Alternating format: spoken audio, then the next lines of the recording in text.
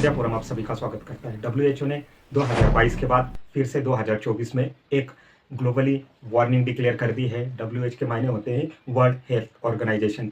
African continent का एक country है कॉन्गो रिपब्लिक। कॉन्गो रिपब्लिक ने अपने कंट्री में और कॉन्गो रिपब्लिक के रवांडा और केन्या, ये जो कंट्रीज है अफ्रीका के, यहाँ पर भी एमपॉक्स करके ये जो बीमारी है जो 1958 में डिटेक्ट की गई थी एनिमल से, स्पेशली मंकी से, ये जो बीमारी है ये ह्यूमंस में फैलती है। तो इसका जो पहले नाम था मंकी पॉक्स, इसको चेंज करके अब ग्लोबल हेल्थ ऑर्गेनाइजेशन ने इसका नाम एमपॉक्स रख दिया है। अब इसके सिम्टम्स जो है वो ह्यूमन स्पेसीज में, ह्यूमन के बॉडी में बहुत ही ज़्यादा मात्रा में दिखाई देने लगे हैं।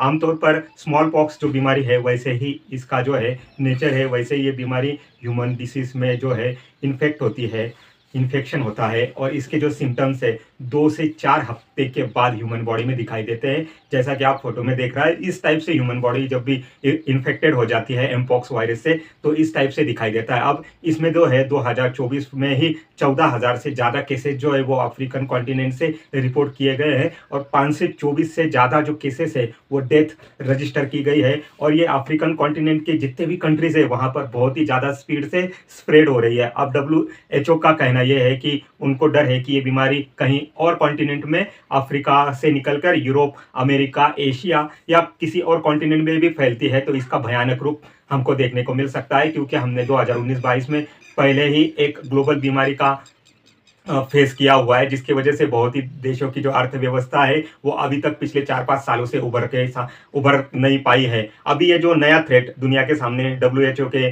जनरल डायरेक्टर ने जो डिक्लेयर किया हुआ है उसके बारे में थोड़ा जान लीजिए। 1958 में ये जो बीमारी है डेनमार्क के साइंटिस्ट डिस्कवर करते हैं। ये एनिमल से, स्पेशली मंकी से ह्यूमन के बॉडी में अफेक्टेड होती है और उसके बाद ह्यूमन टू ह्यूमन या ह्यूमन टू एनिमल ट्रांसफर होती है। ज़्यादातर ह्यूमन दूसरे इन्फेक्टेड पर्सन के टच में जब आता है तब ये बॉडी जो है क्लोज टच में आता है तब उसको ये इन्फेक्शन होता है। बट ये इन्फेक्शन जो है वो तुरंत ही समझ में नहीं आता। ये इन्फेक्शन डेवलप होने के लिए 20 से 21 दिन लगते हैं, 2 से 4 हफ्ते लगते हैं। उसके बाद ही जो इन्फेक्टेड पर्सन है उसके ऊपर ये बीमारी के सिम्टम्स दिखाई देते हैं। बॉडी पर रशेस होना, खुजली होना और उसके बाद पिंपल्स वगैरह आना, इस टाइप की इस बीमारी के लक्षण है। और ये जो बीमारी है पूरे अफ्रीकन कॉन्टिनेंट में वाइडली स्प्रेड हो रही है। तो डब्ल्यूएचओ का डर है कि कहीं ये बीमारी पूरे वर्ल्ड में ना फैल जाए। क्योंकि आपको पता ही है 21st सेंचुरी में ट्रैवल करना, एक जगह से दूसरी जगह जाना, ये बहुत ही ईजी हो सकता है।